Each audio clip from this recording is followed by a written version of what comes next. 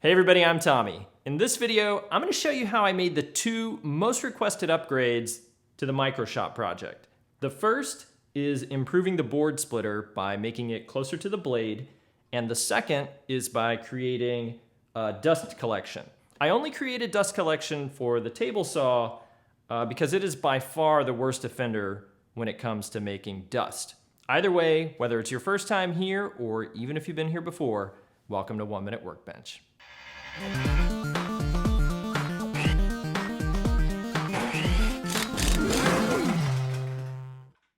Much like the original board splitter, I followed a paper template when making this new one. Instead of using a hacksaw though, I cheated by using a jigsaw with a metal cutting blade. I'll post a link to that original video in the description section just in case you haven't seen it yet. I'll also post a link to the template, which is a free download from my website. Also, like on the original, I filed the front of the blade down to a dull knife edge.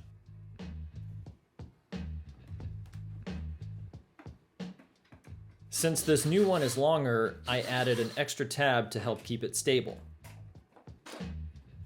After making sure the first tab lined up properly with the first slot, I set out to make an additional slot to accommodate that second tab.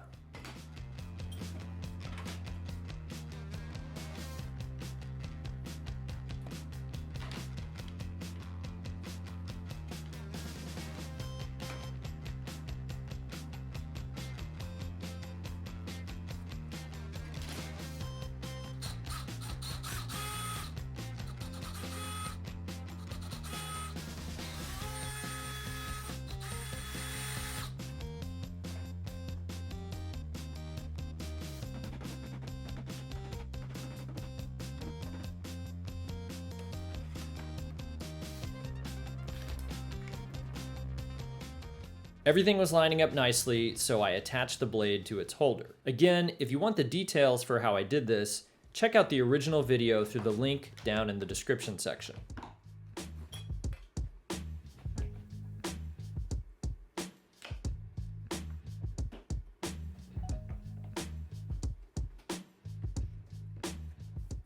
I had a stack of 2x4s that was very prone to kicking back, and I used one of those to demonstrate this new board splitter. Here, I've stopped the blade so you could see how incredibly tight the board was pinching closed. Look at how it's gripping the board splitter. And here, notice that I'm making a secondary cut which actually widens the slot. Even with the slot being cut twice, you can see that this board is still pinching completely closed.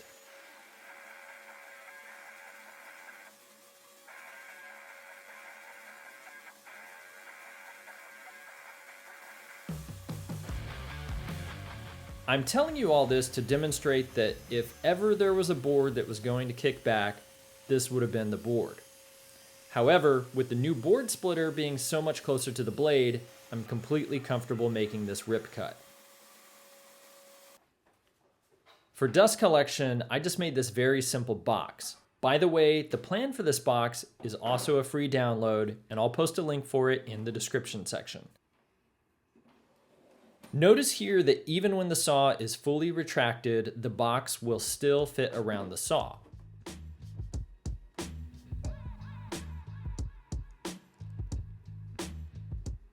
I used a hacksaw to cut some 1" by 1/8 inch steel bar in order to make these small plates, and then drilled some screw holes in them. A 3-foot piece of steel bar like this will usually cost about $5 at Home Depot or Lowe's. Using some screws, I attached them to the cabinet all around the perimeter of the box. But if I were to do this again, I would actually skip drilling the screw holes and I would just attach them with super glue.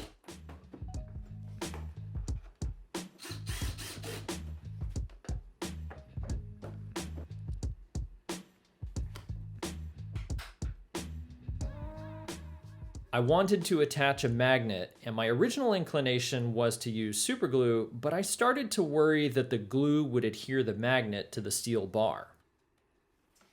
So I wiped it off and took a different route.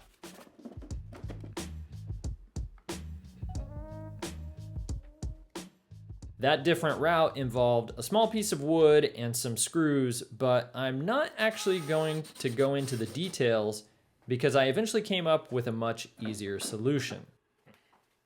For the next magnet, I went back to super glue, but I had the idea to apply wax to the bottom edge. This keeps the glue from causing the magnet and the steel to adhere to each other. I then applied the glue, put the magnet in its place, applied pressure, and held it for about 1 minute.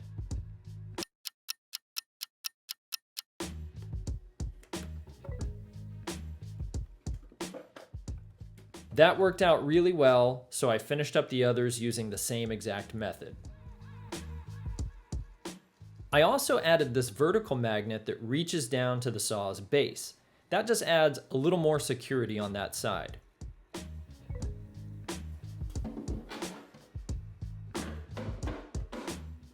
The box is very easy to put in place and it holds quite nicely. I removed the box just so I could do a test on how much dust the saw produces without it.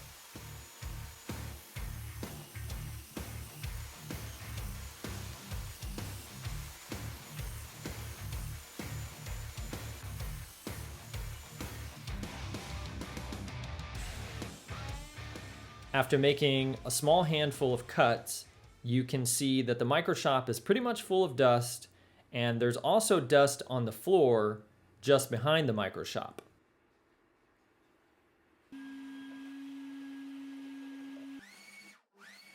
With the box attached and the vacuum in place and running, I made 3 times as many cuts as I did before.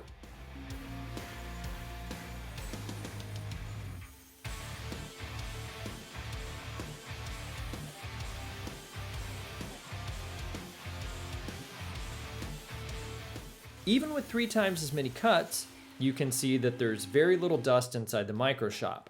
I'd say it's about the same as the dust collection on my DeWalt table saw. And this time around, you can also see that there is 0 dust on the floor. Some dust accumulates in the collection box, but since there's a vacuum attached to it, you can make pretty short work of cleaning that up at the end of your project.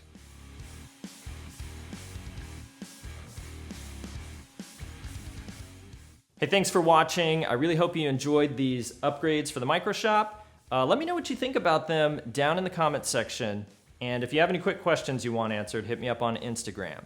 If you haven't already, be sure to like the video and subscribe to the channel. And of course, until the next time I see you, I hope you have fun building something.